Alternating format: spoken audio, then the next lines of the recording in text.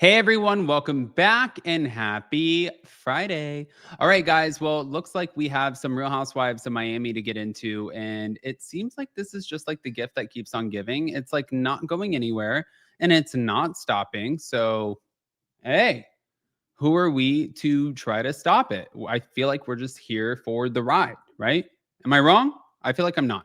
Anyways, we also have hot messy topics today, and I'm so excited about that. So I'm recording this before that, but after hot messy topics, then we literally have our members only, which is going to be interesting. It's going to be a little heart wrenching, this one. So just keep an eye out for that. You're going to get a little bit of a sneak peek behind the scenes as to what we've been dealing with. But yeah, you'll see exactly what I'm talking about. Just hopefully, if you're not a member, just join members. But in the meantime, smash the like button. If you're not subscribed, get subscribed. Don't forget to hit that notification bell, and let's jump right in.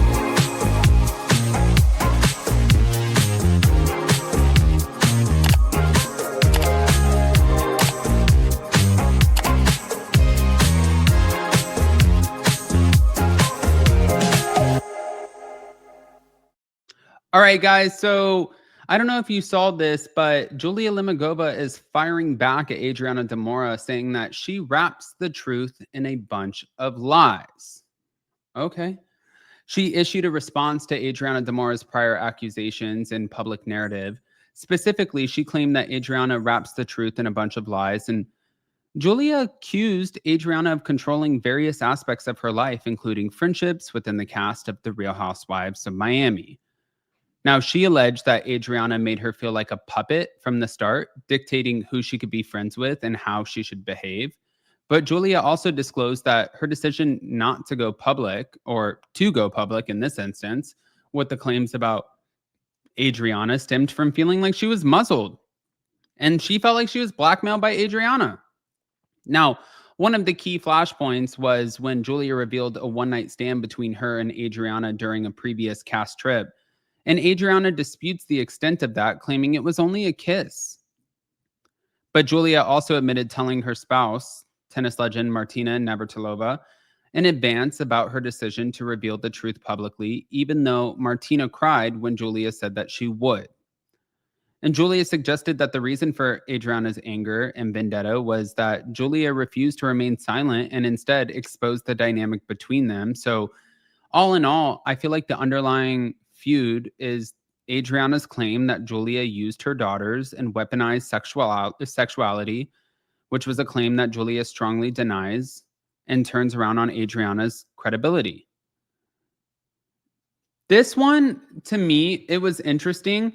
Watching it, I feel like Julia thought that she really did something here.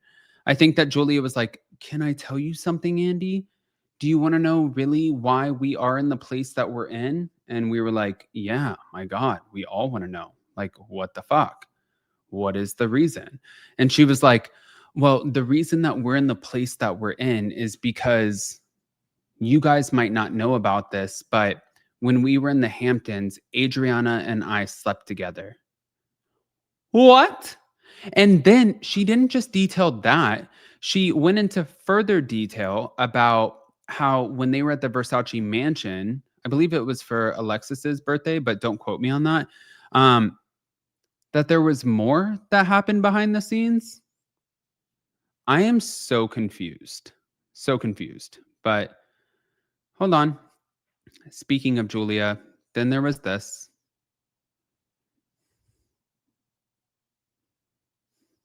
You want to know if it's true?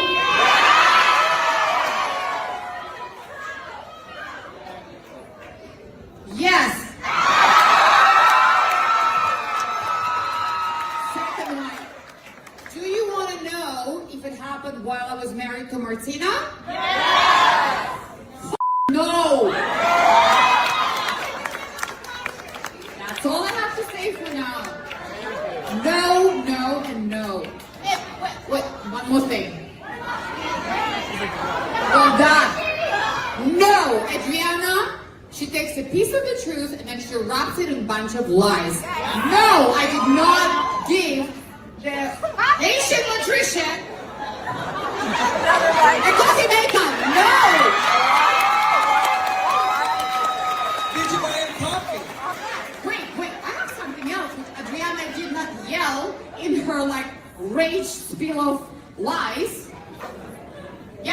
Haitian nutrition. And guess what? She goes like, hey, what do you do in life? And I'm like, oh, at the time I was living in Paris and I had a spa. And I go, I have a spa. He says, you know what? If you hire me, I give you makeup for free. That was the last time I ever saw him. I give my friends back the money.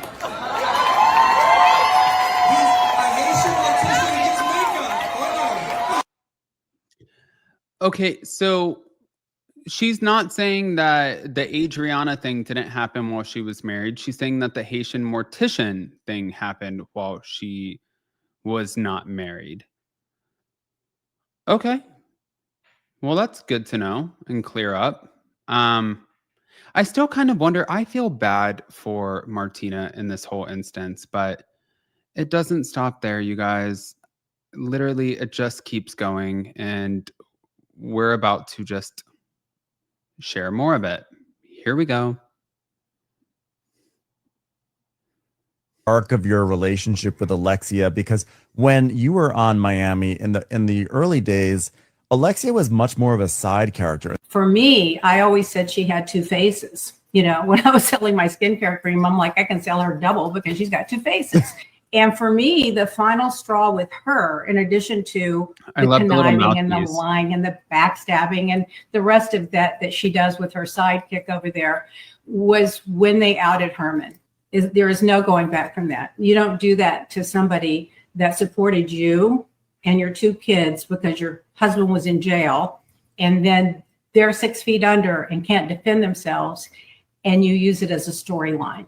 Oh, that's interesting, because when that happened, she was kind of a hero, I think, with the audience. That's all bullshit. I was at every event they ever had. I hosted half of them. I did the parade. I did it all.